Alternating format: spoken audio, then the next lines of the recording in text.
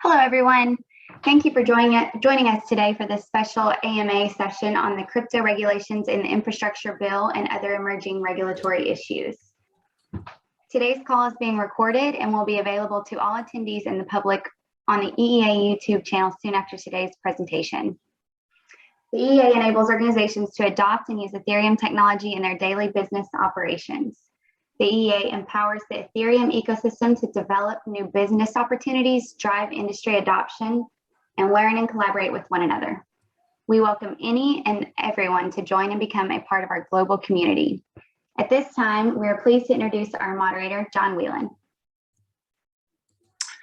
Hi, everybody. This is John Whelan. Some of you already know me. I'm the chairman of the board of the Enterprise Ethereum Alliance. And in my day job, I'm the managing director of the digital assets program at Banco Santander, corporate and investment bank in Madrid in Spain. Digital assets topics, Ethereum topics, distributed ledger topics, crypto topics, very, very close to our heart these days. I'm delighted to be joined by two esteemed and knowledgeable colleagues in the space. Ryan Selkis from Messari, and also Jeremy Sklaroff from Edge Node. And I don't think that I can do either gentleman proper justice by introducing them. So I would ask each maybe to spend just a minute or two describing who they are, what they're working on, and maybe a couple of sentences about their journey in the crypto world to date. Let's start with Ryan. Well, that journey's been long. So I've been around since 2013, full-time as an investor, an analyst, and then an information entrepreneur. Was on the founding team at Digital Currency Group. We acquired CoinDesk. I led the restructuring of CoinDesk in 2016, 2017, and then started Messari in late 2017 to tackle the growing data and information problems with respect to the broader emerging crypto asset class. So you could think about Messari a little bit like the proverbial Bloomberg for crypto. We're doing much lower level work in terms of aggregating important information on community-owned projects in the absence of public financial filings and financial reports. So in that respect, we're almost trying to build Edgar and a financial disclosures database from first principles, and then obviously layer additional data services and research on top. So been at this for close to 4 years now. With Messari and just coming off the back of our mainnet conference. So feeling pretty good across the board about how things are faring for us. And we're obviously going to talk about the broader ecosystem, but it's been a pretty amazing year so far. Jeremy? Yeah, thanks, John. I'm really excited to be on the panel. I joined the ecosystem probably around 2015, so a few years later than Ryan. I came into the ecosystem kind of from like a fintech angle. You know, there was a lot of early interest in using Bitcoin as like a large value transfer and settlement system. So I was in that part of the ecosystem at the time. Went to grad school, law school. I was in private practice at a law firm called Davis Polk, headquartered in New York for about 3 years. I was a financial regulatory attorney, so I did a wide range of regulatory work, but I ultimately focused primarily on crypto. So that was a really interesting look at the industry at a pretty exciting and fast moving time in its history. I joined Edge Node in February. I've been here for about 7 months. Edge Node is the team that built the graph. So I work pretty extensively across the graph ecosystem on regulatory initiatives, decentralization, ecosystem design, things like that.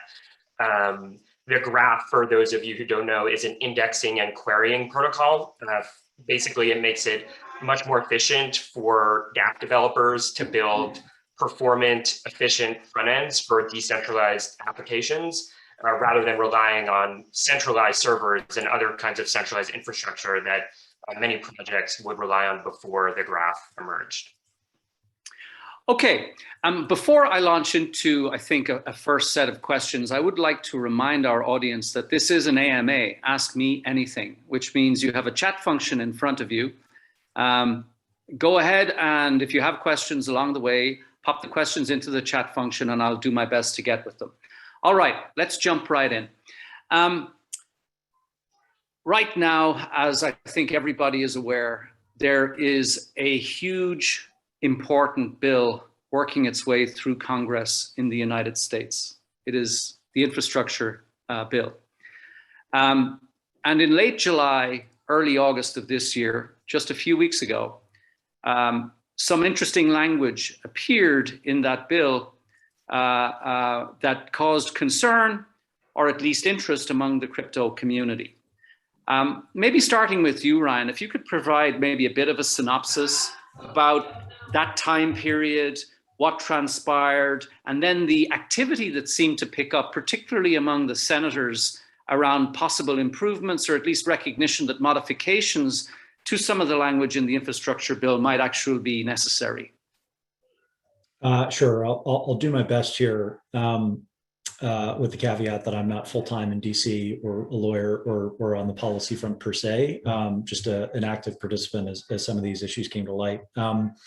So during the bipartisan infrastructure bill debate in the US, it came to light that there was a provision that essentially would have designated as brokers anyone participating in some of these decentralized ecosystems. That could include stakers. It would encompass many of the DeFi platforms, anyone that was validating transactions, and generally it was technically unworkable and presented under the guise of improving tax reporting standards, inclusive of decentralized peer-to-peer transactions. It was highlighted, it was marked as unworkable, and pretty quickly, the industry and the small group of policy experts in DC focused on crypto went to work on a compromise. Ultimately, there was one compromise that was proposed by Senator Toomey and a couple of others that wasn't perfect, but it definitely had the industry's fingerprints on it from a workability and kind of technical feasibility standpoint. The White House and Treasury in particular implicitly pushed back on that because there was a counter amendment at the 11th hour that inexplicably sought to give preferential treatment to proof of work mining and highlighted proof of work mining is exempt from these reporting requirements. And what everybody very quickly learned was this was because of the interest from Treasury in making sure that DeFi was captured under the language of this particular component of the bill. If you fast forward, those two groups ultimately reconciled. Again, not a perfect solution, but they had some amended language that was then shot down due to procedural reasons by a single 87-year-old retiring senator from Alabama, 80% of whose financial contributions have come from the banking industry, and is likely trying to set up some of the folks on his staff with cushy jobs after they leave their current occupied roles. So hilarity ensued, as it often does in U.S. politics, and what happened was the bill passed as is with the language that would essentially illegalize a good chunk of crypto activity in the U.S. Even though they tried to walk it back through some of the floor speeches regarding the intention of the rules, and that looks very likely to pass as is from the House as well. Predictably, the backlash was pretty fierce from the crypto industry, both on Twitter and then behind the scenes. There's been a good deal of mobilization against this. And in reality, it actually might not be the worst part of the bill, because subsequent to this whole debate about 6 weeks ago, there was an additional section that defined digital assets in such a way that would require financial reporting and surveillance and know your customer information extraction for anyone that was conducting, $10,000 or greater peer-to-peer transactions. So if you sent an NFT, or received an NFT, if you were participating in DeFi and interacting with a protocol at scale, there are a number of things that could technically become felonies in the U.S. if users were to not go through regulated centralized intermediaries. You could argue defeats the whole purpose of crypto. So that's sort of where we are right now. It's a complete dumpster fire, as U.S. politics is writ large, and there's going to be a pretty enormous battle that I think books will be written about in coming years. Hopefully, we come away as the protagonists and the folks that fought the good fight, and not the ones that were slaughtered, and ultimately on the losing end of this particular boring but important saga. So hopefully I did a good job. But Jeremy, I'm sure will be able to fill in the gaps there. Yeah, happy to. I mean, just to pick up on a few things. So I want, for people who haven't really been following the ins and outs of the infrastructure bill, I actually have the language of the text that seems very likely to pass. So I'm just going to read it out. So the language is, any of these people are a broker, right? And the language is any person who, for consideration, is responsible for regularly providing any service effectuating transfers of digital assets on behalf of another person. And so that is a wildly broad way to talk about any kind of participant in a blockchain ecosystem. And I mean, you could just like thinking about it, for example, like validators and miners, right? Like clearly validators and miners provide a service that effectuates transfers on behalf of other people, i.e. blockchain users who are proposing transactions, and those validators or miners earn a fee for doing that work, like a transaction fee. Hosted wallet providers, right? If a user or a customer of a hosted wallet provider submits a transaction using the hosted wallet service or software, that service provider is acting as a broker, basically under the definition in this bill. And I think personally, the most worrying for me, and I think the one that poses like the possibly worst chilling effects for the industry, is for software developers, right? So if you think about a team that maintains smart contracts for a DeFi platform or maintains a front end for a DeFi platform and earns some kind of fee or maybe has some kind of incentive through a governance token for that work, that team probably becomes a broker, right? And it's, as Ryan said, like this is a completely unworkable situation. I mean, for the types of participants that I just outlined, none of them are like the traditional types of brokers that are standing between two customers and facilitating some kind of transaction where they have the personal information, the address, the social security number, or the tax identification number of those parties. Like these are anonymous participants in blockchain networks. So compliance with that part of the bill is literally impossible, the way that blockchains have been in existence, for the past like over 10 years. And then oh, sorry, go ahead, John. Yeah, I was just going to say, okay, so what's the downside risk here? We saw that Section 230 in the 1990s essentially allowed the American technology industry to dominate the entire world. It has generated trillions of dollars of value simply because a forward-thinking group of legislators really recognized that by freeing technology platforms from the burden of liability for every single thing that might be posted on their platform would allow them to grow. I think it was no bigger than that. What is the downside risk here for what is potentially and appears to be a fundamentally disruptive transformational technology? What's the worst case scenario? I mean, I'm sure Ryan had some views, but I mean, just off the top of my head, I mean, I think you almost implied the answer in your question. Like, I think Web3 and crypto, I don't exaggerate when I say it's the same order of magnitude or greater as what the internet did to commerce across the world. Like, I think we're looking at a fundamental revolution in the way people can transact and pay for goods and services, and even the nature of what those goods and services are. And as you identify in the question, like the US was able to become a leader in kind of internet technology, internet networks, because of smart legislation that respected like the raw practicality of in this case, trying to pin liability based on things that users do on platforms. If the US continues to push this unworkable, like extremely broad and basically nonsensical type of legislation, we will lose on that extremely important next wave of innovation. And by extension, other countries will be there to take up the slack. And some of those countries will not share the same values that the US has around democracy, human rights, transparency, and we will see those countries take control of this technology in the future. Ryan, any thoughts to add on that? I don't think we have thoughtful, forward-looking leaders generally. I think we have power-hungry paternalists in positions of power across the entire governments. And I just truly believe that they do not want a financial internet that is not ultimately subject to government oversight and regulation every step along the way. They don't trust people to transact. We've become accustomed to unchecked surveillance by the state through the Patriot Act and just a relentless series of warrantless, surveillance extensions that have continued, unabated for 2 decades. And so,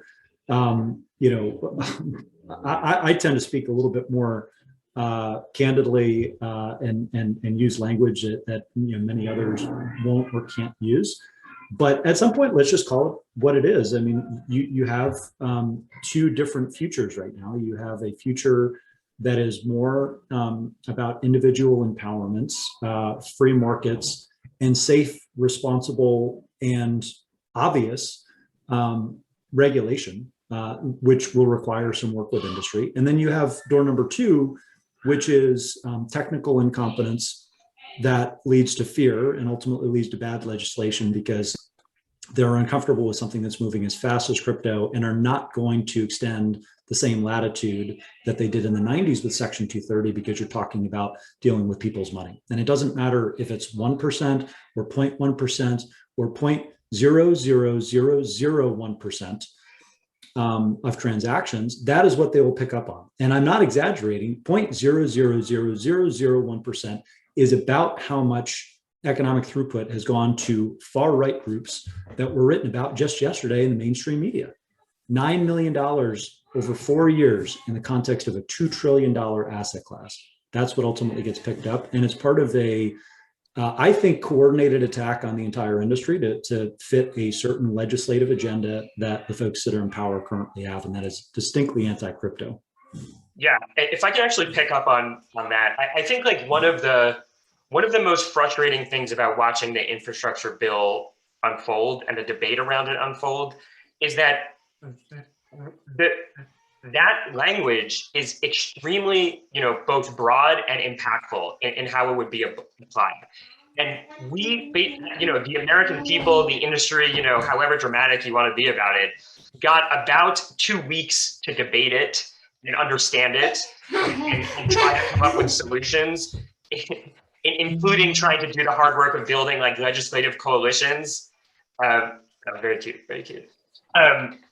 And yeah, that's just gonna, that's never gonna lead to thoughtful, useful legislation that's even possible to comply with, let alone debating it on its merits. Like, do we want it to extend kind of the same surveillance mentality and philosophy that has characterized a lot of federal government attitude to some of these emerging technologies? So yeah, I think it's really important. Okay, I think Ryan's taking a fathering break there. That's the world we live in today. You know what? People work and people have families, and the two mix together just fine. I think it's great. No problem. A question, just is crypto, at least in the United States, is crypto at risk of becoming? Is crypto at risk of becoming a partisan issue, or is crypto essentially a neutral issue with protagonists and antagonists on both sides of the aisle? I think my favorite framing that I heard in the last couple of weeks is that this is a pre-political issue. Unfortunately, I think that's going to change sooner rather than later. If you think about crypto, its ideals, its values, what it does for individuals, what it does to markets, at its core, it's very progressive, or at least a classical liberal progressive in terms of ideals and values. I just don't think that that's the current leadership that we have in the Democratic Party. And it's not that I think that the Republicans are a perfect, banner carrier for crypto, but it only takes a couple of voices that become informed and that can ultimately kind of set the battle lines and make this into a partisan agenda. And right now, unfortunately, on the left, you have Elizabeth Warren, who is very well respected on financial services oversight and has enormous influence over FSOC regulators. That's Financial Stability Oversight Committee participants. This is the Fed, Treasury, the SEC, CFTC, all of which are pretty well aligned right now with Elizabeth Warren. And then on the right, you have the emergence of some leaders that are starting to get more outspoken pro-crypto. In particular, Ted Cruz, who spoke pretty eloquently about a pro-crypto, or at least a laissez-faire stance when it comes to crypto regulation. So I think the next couple of quarters are pretty critical to do two things. One, to hammer home that there are progressive values that underpin crypto and these technologies. And a good chunk of the community is left leading, if not, outright liberal. And I'd say this is true particularly in the emerging ecosystems where so much of tech already leans to the left politically. So I think it's an opportunity, and a very narrow window of opportunity at that, to get some moderates on both sides to kind of pick up this banner, take a step back, and actually think about the potential for what it means for the country to be pro crypto, or at least have a little bit of a cooling off period to engage, understand what they're regulating, and then come up with something like 230 that will, not throw the baby out with the bathwater, that will keep America in the driver's seat when it comes to innovation in this industry. And ultimately, ironically, that's going to do a hell of a lot more for the progressive tax agenda, because it will lead to much higher growth, and it could be as transformative and as beneficial for our economy as the internet was. Yeah, and I definitely agree with a lot of what Ryan said there. I think one thing that I observe is that I think that there is a risk of becoming too partisan too quickly with this technology. And I think the industry should be very careful about the types of politicians it associates with. Personally, I don't think simply because a senator said something pro crypto means that senator, congressperson, whoever should be welcomed into the community. One of the most exciting things for me is watching how crypto, to use Ryan's word, is pre-partisan, and it's a technology that has a lot of cultures associated with it, and these cultures come from all different sides of the political aisle, and in fact are kind of defining a new political identity. And I think that political identity is what is going to save the technology in the long term. It's going to create a realignment on some, political issues that seem pretty stale and settled, because the technology forces us to re-examine fundamental things about the way that we design, networks of trade, transactions, things like that. I think that you're going to see new types of political parties, for example, socially progressive, technologically forward, voters or things like that, right? Which don't necessarily exist right now. My worry is that if we affiliate with policymakers from the kind of current set of partisan lines, we're going to foreclose on our ability to form those newer identities over time. And those newer identities will really be the critical aspect of crypto's policy presence. Yeah, I observed that crypto runs the gamut from what I would call right-leaning libertarians, from maybe the original gangster Bitcoin side of the house, to the left-leaning libertarians from the more, let's say, the newer smart contracts platform side of the house. But at their heart, there's a common thread, and that the overlap in the Venn diagram is this idea of liberty, freedom of markets to start with, and whether that translates into personal freedom and beyond, separate topic. Question. A term Ryan used earlier is the financial internet. Now, there is another financial eye, which is the financial industry. And we have a veritable panoply of regulators that scrutinize essentially every aspect of the financial industry: the CFTC, Commodities Futures Trading Commission, the SEC, Securities Exchange Commission, FinCEN, Financial Crimes Enforcement Unit, OCC, Office of the Comptroller of the Currency. These are just in the United States, multiplied by 100, I'm sure, if we extend worldwide. To what extent do you think that existing regulators are prepared to regulate or provide some kind of guidance to, let's say, startups in the industry? Both of you are senior leaders at well-recognized industry startups. To what extent are regulators prepared, or to what extent do they have, let's say, good ideas enact immediately that they could immediately begin to provide some clarity to the existing innovators in the space? I mean, I think one of the interesting phenomena that you see around that question is the difference in attitude and timelines for regulators getting involved in providing useful guidance in the space.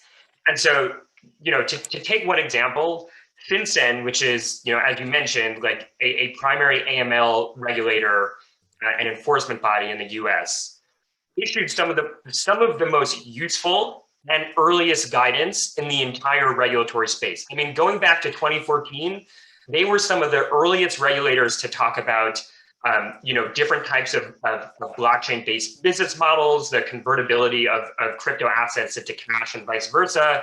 And they proactively kind of scoped out fact patterns that would be within and outside of their regulatory ambit. And I think that makes sense because FinCEN's primary focus is on tracing financial flows throughout the financial system, right? And blockchains are an amazing tool for tracing financial flows. I mean, it makes the job of these kinds of regulators so much easier to be able to look at a single ledger that runs back to the first ever transaction and trace how money has flowed through that ledger. And so you see that FinCEN has detected the utility of the technology, seen the importance and also the challenges it poses to their regulatory agenda, and then is proactively getting out there and helping people comply with the rules. If you take kind of like another regulator, for example, the OCC, right? The OCC is one of the primary banking regulators in the US, federal banking regulators in the US. I would say the OCC came relatively late and only sort of towards the end of the Trump administration, where there was a very pro-crypto comptroller that was kind of driving the crypto agenda there. And again, I think like banks have traditionally been the slowest to adopt maybe technology in general, but definitely blockchains. And that's why, the OCC maybe felt less pressure to be so proactive and start to issue guidance about how banks could and could not use blockchains and cryptocurrencies. So, I mean, I think like, and again, like maybe this is a naive assumption, but I mean, I do think that like regulators, part of their mind is devoted to figuring out ways to use this technology to do their jobs better and to create guardrails that let the technology fully bloom. Obviously, like what we're seeing now is a lot of political distortion around, I think, that kind of mindset. And so we're seeing a lot of aggressiveness. We're seeing a lot of poorly crafted and ambiguous legislation, and a lot of kind of like scary fighting words from senior policymakers, not backed up by a strong understanding of what these technologies do. Yeah, I think there's a few problems. So one is we're talking about a decentralized ecosystem that, by definition, is not going to be as well organized, nor is it as established as traditional groups that typically play a role in lobbying and educating lawmakers. And it gets exacerbated by the fact that even folks like us can't keep up. Because everything is evolving so quickly. And so I think there's the general temptation to say, stop what you're doing because you're doing it all wrong. And then the natural counter response will be, well, what does right look like? And the answer that we have as an industry is we need a little bit more time. Like we can talk to you about this, and many companies have engaged on this front about what smart regulation looks like. Many of the companies that we're talking about as some of the leaders in crypto, they are already regulated. So where there are gaps, that's certainly a conversation that can be had. I think the issue is just kind of the shotgun nature of how some of these kind of top-down rules have really come to fruition, and there's also a total unwillingness or evidence that suggests there is not like a good faith effort underway or any real interest in engaging in proactive legislation or regulation that is going to allow for experimentation.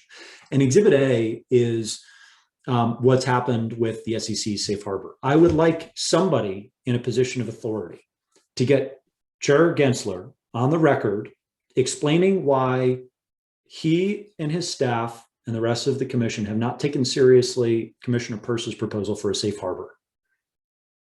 It's out there. It's gone through multiple iterations. It would solve many of the commission's quote unquote concerns about investor protection, their quote unquote concerns about market structure, and it would actually promote capital formation and help investors actually get access to the highest growth sector of American tech that they're otherwise boxed out of. And, I think the fact that this has not been like seriously posited to Chair Gensler in any of the media appearances that he's done, I think shows that it's an off-topic subject, because otherwise we would have a clear answer on this. And the fact that there is no one holding his feet to the fire when there is a clear alternative to this approach to regulation by enforcement it's perplexing. I don't know how it hasn't gotten through. I was very disappointed to not see this brought up in the Senate Banking Committee hearings a couple of weeks ago. I was jumping out of my chair thinking that someone would have gotten that question to Senator Lemus or someone else, Senator Toomey, that has been more thoughtful about what's going on in crypto. And to me, I'm going to be taking a close look and keeping a close eye out for whether there's any sensible explanation for why that hasn't been the case, because it would solve all these supposed problems without crippling the entire U.S. industry.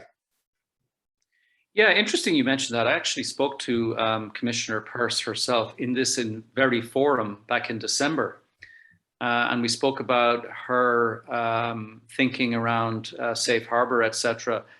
And there are some things that do come across as being reasonably common sense, perhaps need some additional work, but should be considered properly by regulators. It would be interesting to see what happens, I guess. Okay, looking here at the questions, we've got a bunch of questions that have come in from the audience. I'm going to fly through some of these. We've already touched. What is the risk to DeFi? Well, DeFi is just one category of application in the space. We've got NFTs and we've got, crypto and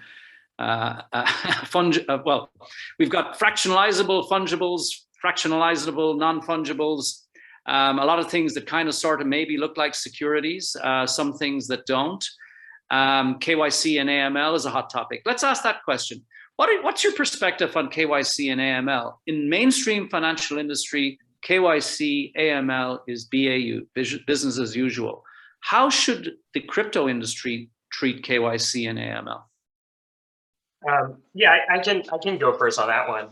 So I want to make 2 points here. So one, I want to go back to something Ryan said about the infrastructure bill. So part of the infrastructure bill that has emerged kind of in our consciousness over the past few weeks is an AML KYC provision in disguise, which is section 6050 of the IRC, the Internal Revenue Code. And as Ryan said, what that basically deals with is the receipt of over $10,000 of cash, right? And this is like, if you're a used car business, if somebody just pays with cash for a used car, under the existing rules, like that's kind of exempt based on how the rules are set up. But if you kind of just receive it in like a one-off transaction, like you basically have to report the receipt of that cash to the IRS.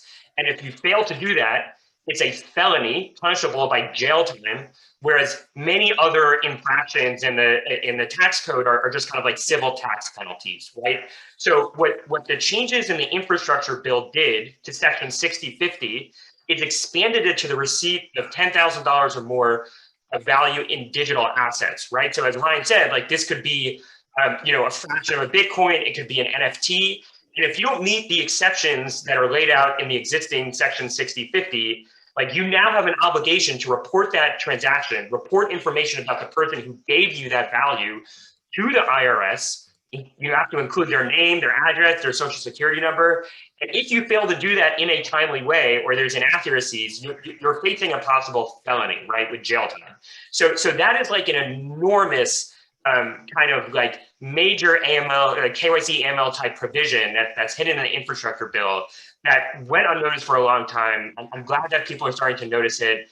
The Proof of Stake Alliance, which is a really good industry trade association, has a really good report on what exactly section 6050 will do and how these exceptions are set up and how none of them are applicable to digital assets. I would recommend everybody go read that report. It's a really important issue and it's definitely related to AML KYC.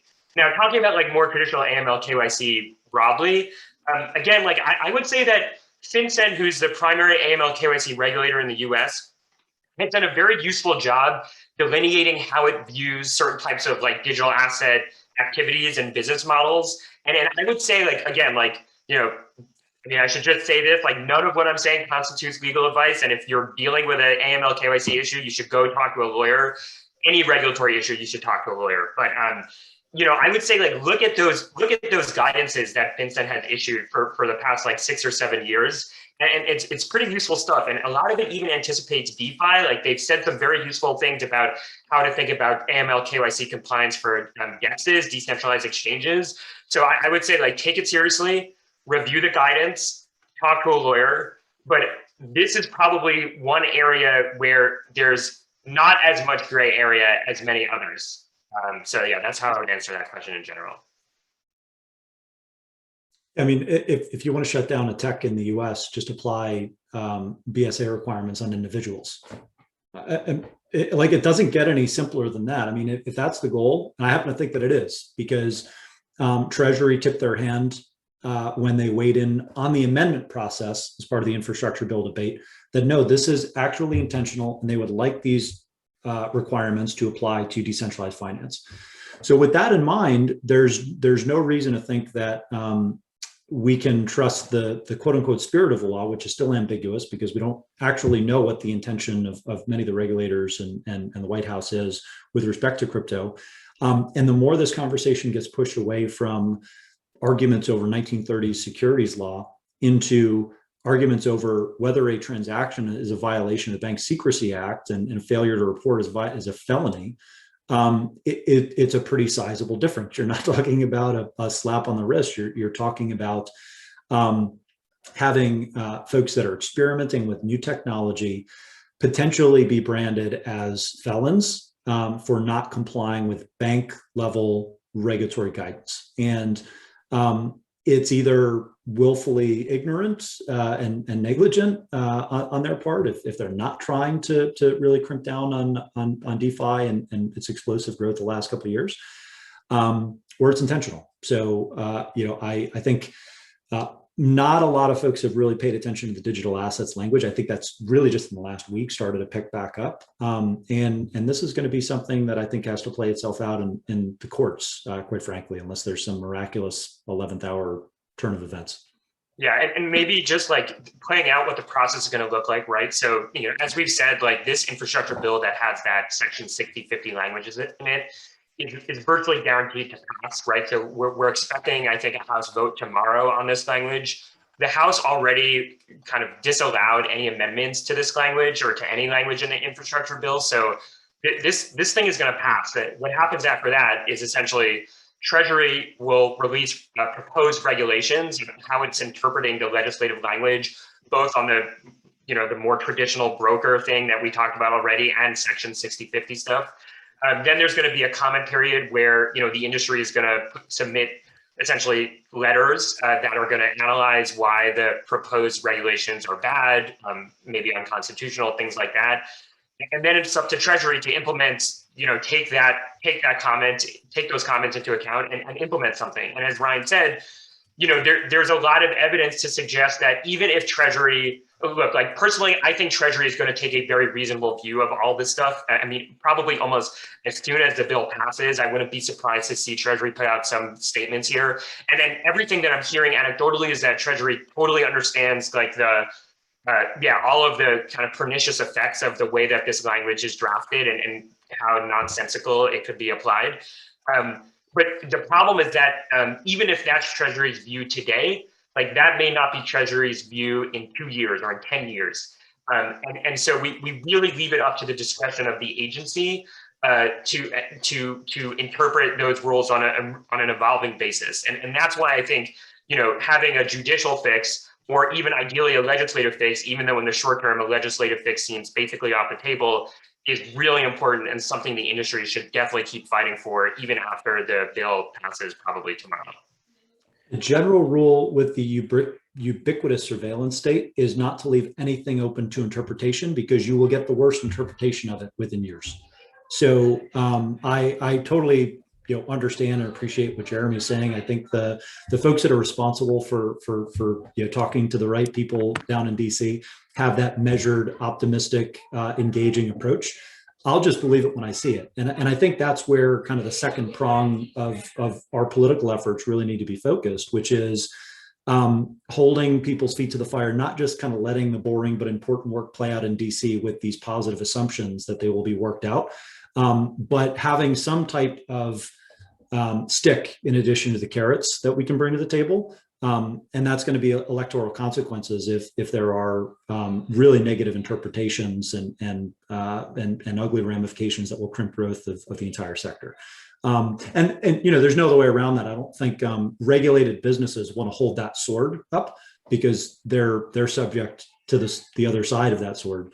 For us, we're an information business, and I think the last couple months I've been trying to say what I've been hearing behind the scenes that a lot of people are thinking but unable to actually say out loud. To what extent do you think that the perception of lack of tax compliance related to probably what have been significant capital gains, short-term, long-term, et cetera, over the last 10 or 12 years are a concern from the IRS? And to what extent can the crypto community help mitigate against some of those concerns? And what opportunity there might be for the crypto economy if it grows to be as sizable as the existing internet is, and the financial internet could be worth in the tens of trillions or beyond? How does the message potentially get through to tax authorities worldwide that there's a significant revenue opportunity on the table for most of those countries which are in economic deficit and have large national debts, et cetera? There's probably a message there. Has that story been articulated properly to Treasury, IRS, and their counterparts worldwide? Jeremy, I don't know about you. The one thing I'm curious about is just the context around this particular discussion. I don't know how much has been paid in taxes.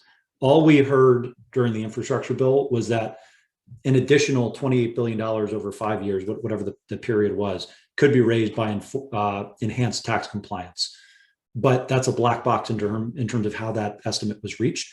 And at least I haven't seen the capital gains taxes that have been paid on an annual basis by American crypto taxpayers, which, by the way, are among the highest taxed in the entire global crypto economy, because any crypto to crypto transaction is treated as taxable, unlike you would see in Portugal, in France, and Singapore, and in some of the other environments where, frankly, it's a cheat code to be in crypto and not have to abide by US tax law and actually be a US citizen, which is, I think in and of itself a problem. But first, Jeremy might have some context on the scale of this, because we haven't seen anything tangible.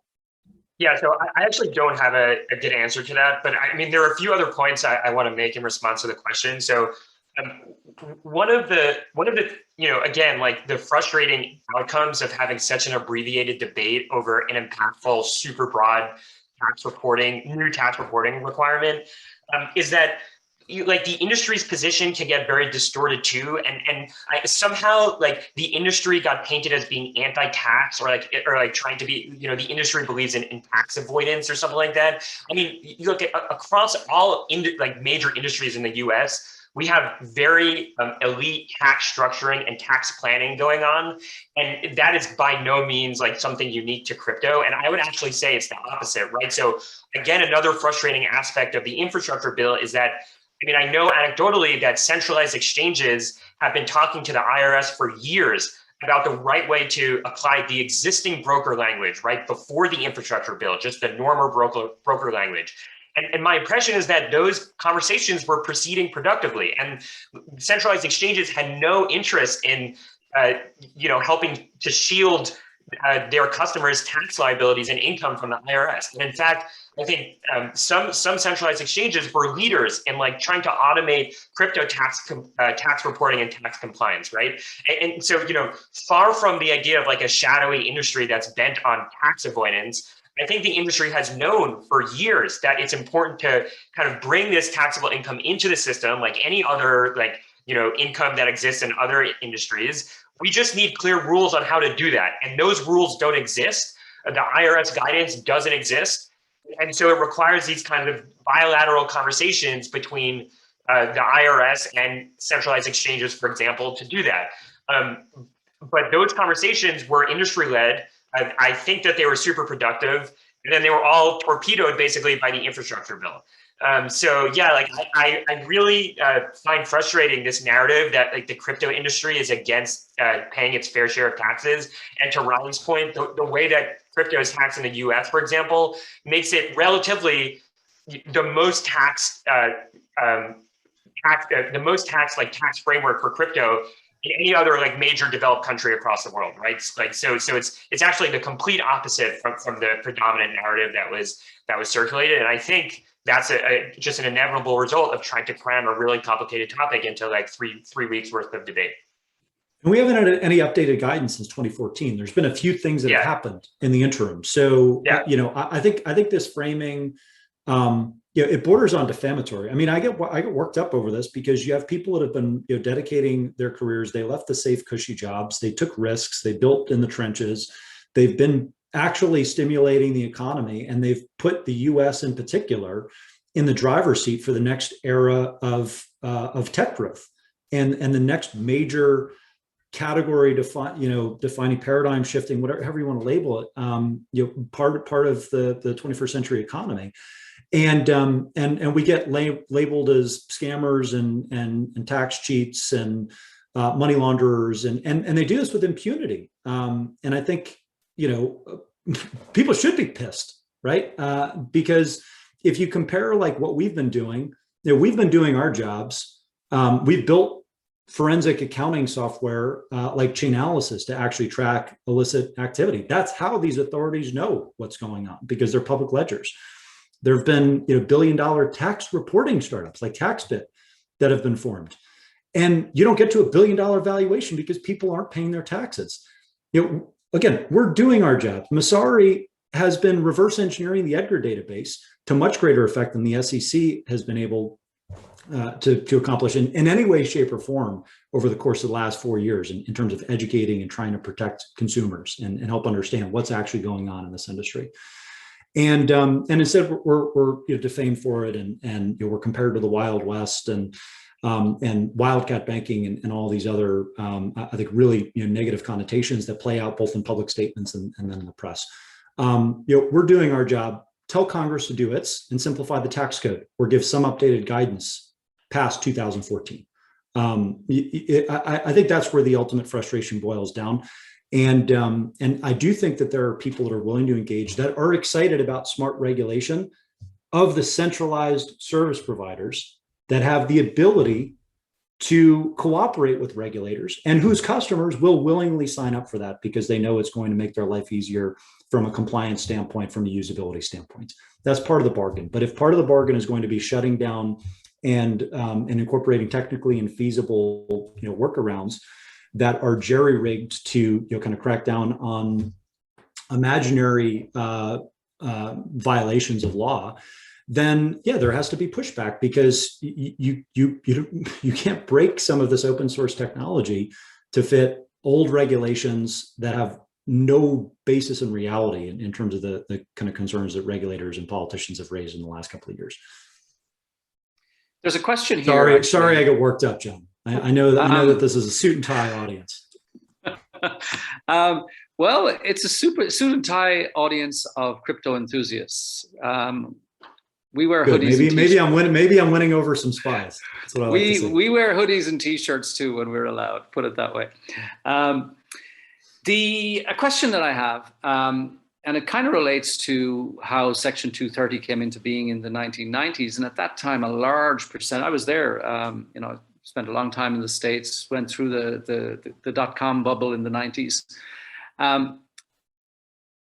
A large proportion of the American consumer base actually had experience of the internet directly. They were using websites. They understood what it was. So, this Section 230 wasn't really an esoteric thing in its contact with day-to-day lives of consumers. There's a point here in the chat, which I kind of agree with, that, more or less, we probably have yet to see such widespread adoption of crypto-based technologies that consumers see the value in their day-to-day lives. Now, that may be changing a little bit with NBA Top Shot and what, Super Rare and So Rare and Crypto.com are doing with NFTs. But do you think that we have got to yet cross the chasm of user experience and real world applications at the consumer level beyond exchanges and speculation and investment. For crypto and these pertinent topics from a regulatory point of view to enter the consciousness of mainstream America? Yeah, I think that's like a really important point. So I share all of Ryan's frustration about the woeful state of policymakers' understanding of what these systems and these technologies do. And I think part of the answer must be that the industry starts to do a better job, or continue to ramp up its efforts to do technical education for policymakers, right? Like, policymakers need to understand, for example, what proof of work is and what proof of stake is. That distinction went basically unknown, unexplored in most of the mainstream policy conversations around the infrastructure bill, which is startling, because that is like a fundamental part of the way people in the industry think about the things that they do every day, right? I think that the industry had the luxury of ignoring or kind of sidestepping a lot of policy conversations over the past, 10 years, because it's a kind of an esoteric technology. It embeds a lot of libertarian assumptions in the way that markets can operate and individuals can participate in markets and things like that.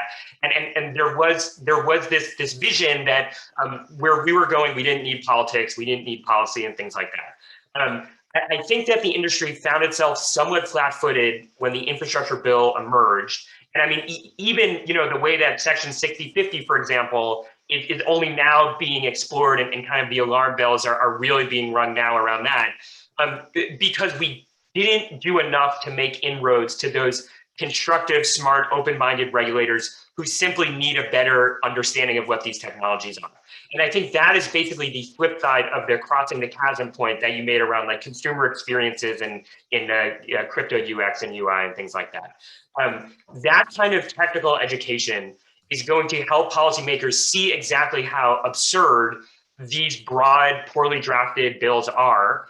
And going back to a point I made earlier, understand how these technologies make their jobs easier and better, and actually can be used to protect the market and protect investors, right? I mean, Messari is an incredible tool, and I'm not just saying that because Ryan's on the panel. I mean, it is really amazing, and it's all because these projects operate in an open source environment with strong norms towards disclosure, towards technical understanding across all levels of user sophistication, even for beginners, right? Like, people understand how to use Uniswap their first day in DeFi, right? Because they can just figure it out. They can read the docs, they can read the code, whatever. This is like a fundamentally powerful regulatory tool as well. And I think we need to start educating policymakers in that vein, right? And we should be frustrated that it's gotten this far in this bad a direction, but we should also like take up that opportunity and really start to educate policymakers about how this technology works, what it does, and how transformative it can be. So let me ask a question. Let me ask a question there. That leads to, Ryan, you've been vocal on this topic on Twitter particularly, and maybe it's the dawn of political crypto. What does engagement and involvement with legislators, regulators, policymakers, what does that need to look like? What are the different flavors? Who are the think tanks and policymakers that matter? And is the industry too fragmented to get its stuff together, like many other industries have? Well, first, just real quickly on crossing the chasm, I disagree with the framing a little bit. I think because Coinbase has 70 million customers, and there are now tens of millions of U.S. investors that have purchased Bitcoin due to macro factors, right? As schmuck insurance or as a potential speculative addition to their portfolio as part of a balanced portfolio. So as a digital gold, it is kind of serving a mainstream use case. NFTs are, as of yesterday, with the partnership with the NFL, in the NFL, MLS, EuroLeague, and kind of Major League Soccer and professional soccer throughout the world. Obviously, the NBA and MLB. So that is just kind of sports entertainment. It's crossing over into digital art, into gaming, into music, and into all other forms of intellectual property and creative works. And then Ethereum, I think the EEA is actually a pretty good example, where even though some of the work that you're doing is behind the scenes, you can argue that Ethereum has also crossed the chasm where every single tech company and every single major financial firm has to take DeFi seriously and has to think about how they can incorporate some of these technologies. So it's not necessarily always B2C.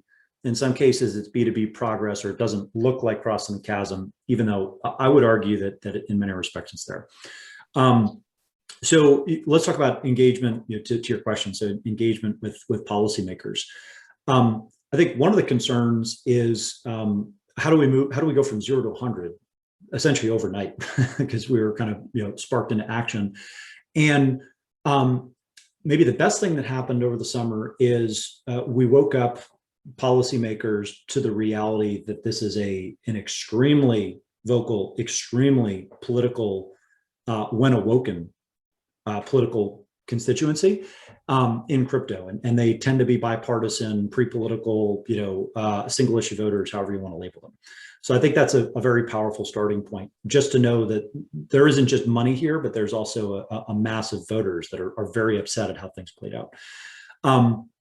With respect to the so-called A team, I think there are some amazing groups that are great but imperfect in different ways, or incomplete, maybe the better way to put it, because they're just small, and there's probably 15 to 20 people actually working full-time on policy down in DC right now, from the think tanks like Coin Center, the Blockchain Association, even CCI, the new initiative that was individually very vocal and I think instrumental in some of the progress in the infrastructure bill, does not actually have an executive director and is still kind of in the process of being formed. So that's kind of where we are right now.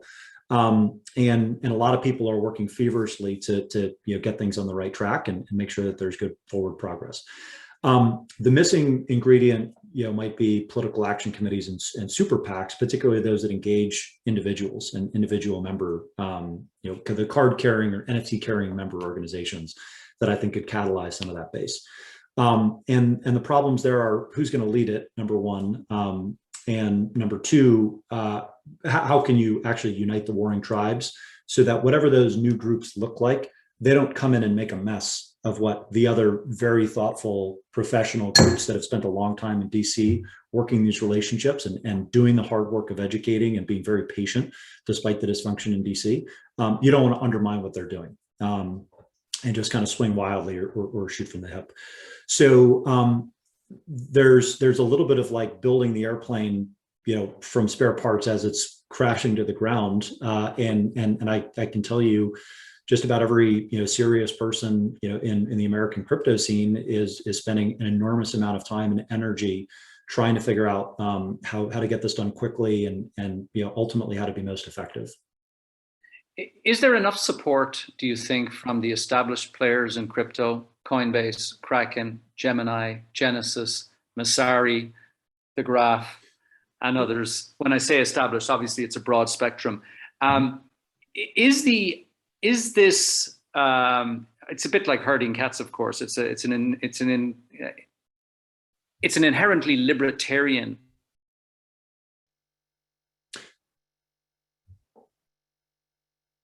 I think John seems frozen on my screen.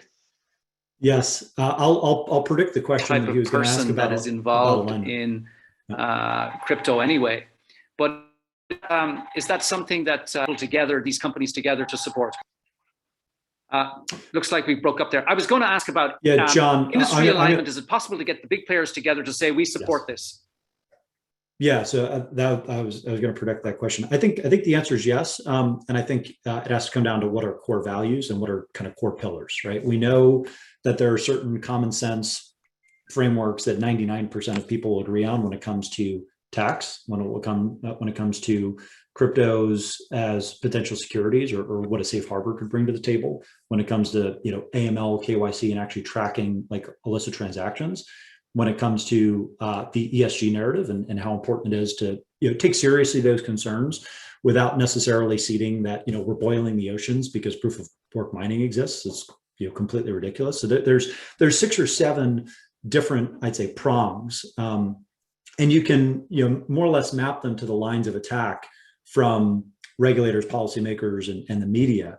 And those are the areas that I think we need to focus on and address seriously. And in some cases, there are not perfect answers. but we can still give truthful answers and talk about some of the solutions, right? And I think that's just not an opportunity that we've really had. And now that enough people are aligned and taking this very seriously, it's less one-off engagement on a company level with these different regulatory bodies. And it is starting to look a little bit more coordinated. Unfortunately, when you're coordinating, that takes a little bit more time and energy versus going quickly and going it alone, which I think has been the kind of one-off strategy that different connected individuals and companies have had. And they've done a good job with, but it hasn't really been a policy-making conversation so much as an education conversation so far. Jeremy would know better. No, I fully agree with that. The only thing I would say is, in addition to forming our industry identity and our pillars and values around lines of attack from the media, policymakers, and things like that, I think we also need to formulate those things on an offensive basis, right? Like, we need to figure out the things that we can shift the conversation towards the really amazing aspects of this technology: composability, open source ethos, the egalitarian participation in networks and things like that. I think finding those and formulating them and then, organizing around them as an industry is going to be critically important, and is pretty much our only hope at this point. Okay, we're right on time, gentlemen. I want to thank you both for what has been an extraordinarily stimulating conversation. I can imagine this going on for a couple of more hours and getting really intriguing, maybe over a pleasing beverage. That's where I get into trouble. Yeah, for next time. If we're lucky, we'll see both of you heavily involved in these discussions in the future, in whatever capacity you can serve best, in addition to running your main existing businesses, etc. I look forward to seeing provocative tweet storms on Twitter and elsewhere. And this is John Whelan, Chairman of the Board of the Enterprise Ethereum Alliance, signing out. We will talk soon and see everybody again soon. Ryan and Jeremy, thank you very much indeed. A pleasure. Thanks, John. Thanks, John. Yeah, and thank you, John. And a big thank you again to Jeremy and Ryan for joining us today. And please feel free to place your social media handles in the chat so all attendees can follow your work. For additional information about joining the EEA, please reach out to membership at eea-eth-alliance.org or visit our website. This has been pasted in the chat for you. You can also follow the EEA on Facebook, Twitter, and LinkedIn. Thank you again, and this concludes today's EEA hosted webinar.